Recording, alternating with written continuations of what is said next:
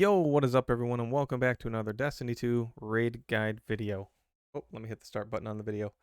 Do you have any friends or clan members that want to complete the raid? I'm here to give you just 5 simple points to focus on for teaching the raid to someone that is new, no matter how many people that are new in the group at the time. I would also like to remind the viewer that these are just my suggestions on how I go about teaching people who are new to the raid. And I would also like to inform you that I am recording this video under the assumption that you will understand any raid specific terms I bring up for King's Fall. And in the event that you do not, I have guides on this specific raid that you can view at your leisure at a later time. Okay, let's get into the steps. Step number 1. Know the raid yourself. This is an obvious one. If you don't know what you're doing, how can you teach someone? It's important that you know all the parts of the raid and have successfully ran them. Even if you have close calls on completion for encounters, I would encourage those that are teaching to really try to complete the encounter without passing the role to someone else if you can avoid doing so.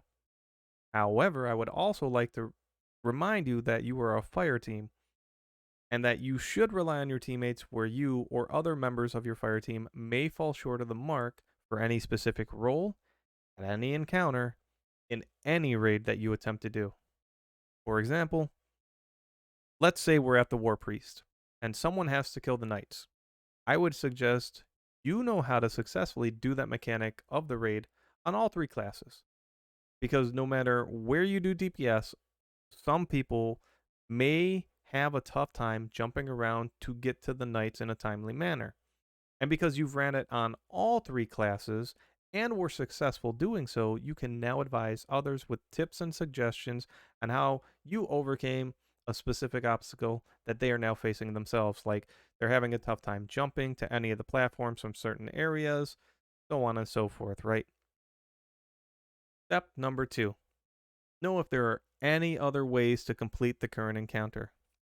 I'll give you 2 encounters as examples, explaining why it's important that the teacher understands as much of, if not all, of what they are about to teach.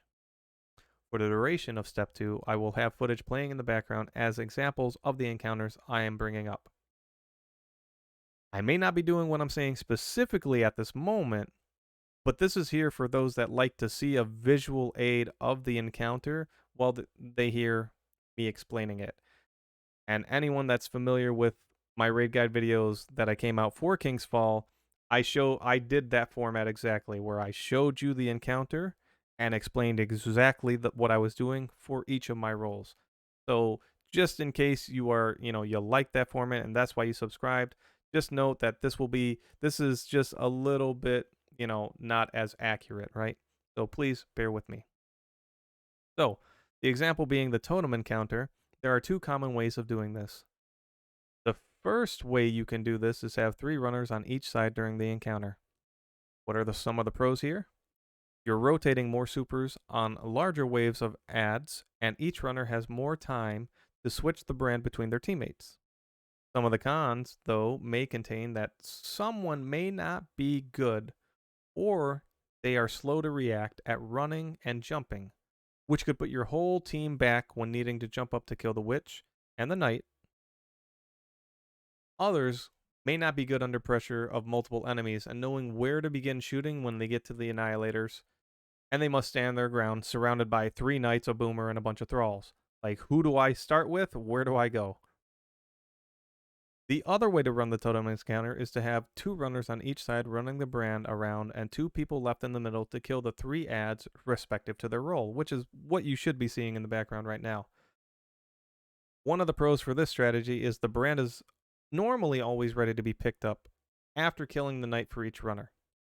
Some of the cons, however, are each runner will have to focus more on getting back to their other teammates with little to no time for mistakes on their jumps and running, or not enough time to help kill an enemy that 2 people in the middle can't currently kill themselves, even though it's established as part of their role.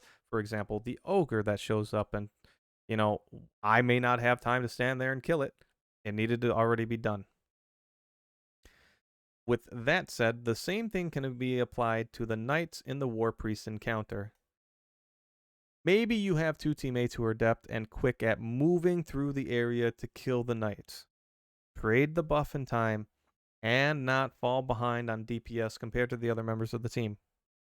Or perhaps nobody is good at running or jumping on their current character for the team or at all.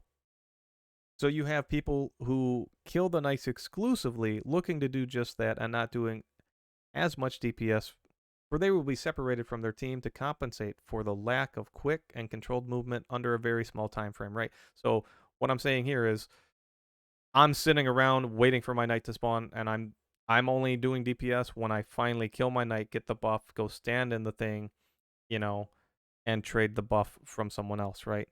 So that could be a thing, right? So knowing if there are multiple ways to do the encounter will hopefully help you in teaching others ways that they can manage to pull off, for not every guardian plays the game in the same skill capacity. Step number 3.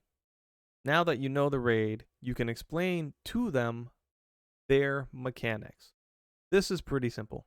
No matter if you have one person or 4 people who are new to the raid, only explain to them what they need to know for their role of each encounter. When it comes to the first 4 encounters, not everyone needs to understand every aspect of, the current encounter at that moment. Only explain to them what they need to know so they can focus more on their role in the team. There are other opportunities for people to learn other mechanics of the raid when they run it again at a different time.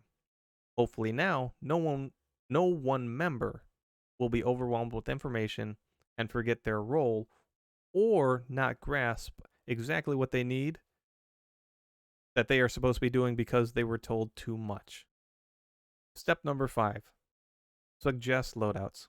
At each encounter, there are loadouts that will be better suited to the task at hand. The first encounter being a place where you can kind of run whatever subclass you want with whatever weapons you want, as long as the relic runners make it to the statues on time. Other places like the totems, you may suggest a loadout based on the role you've assigned them. Also, assuming you've ran the encounter on each class, you can advise them on suggestions should complications arise with one or more members of the fire team during the encounter. That's it. 5 steps. Easy to do. Once again, step 1, know the raid yourself. Step 2, know if there are other ways to complete the current encounter. Step 3, explain the mechanics to the people. Explain the mechanics of each individual's roles and no more than that. And step 5, which now that I counted, is step 4. I'm not editing this again. This is here. Step 4, I gotta change the thumbnail. Suggest loadouts. So, it's as simple as that. Thanks so much for watching. If you enjoyed the video, give it a thumbs up. Subscribe if you'd like to see more of my videos. And leave me a comment for other video ideas if you have anything that I may not have thought of covering in the video. Have a good day, and I'll see you next time.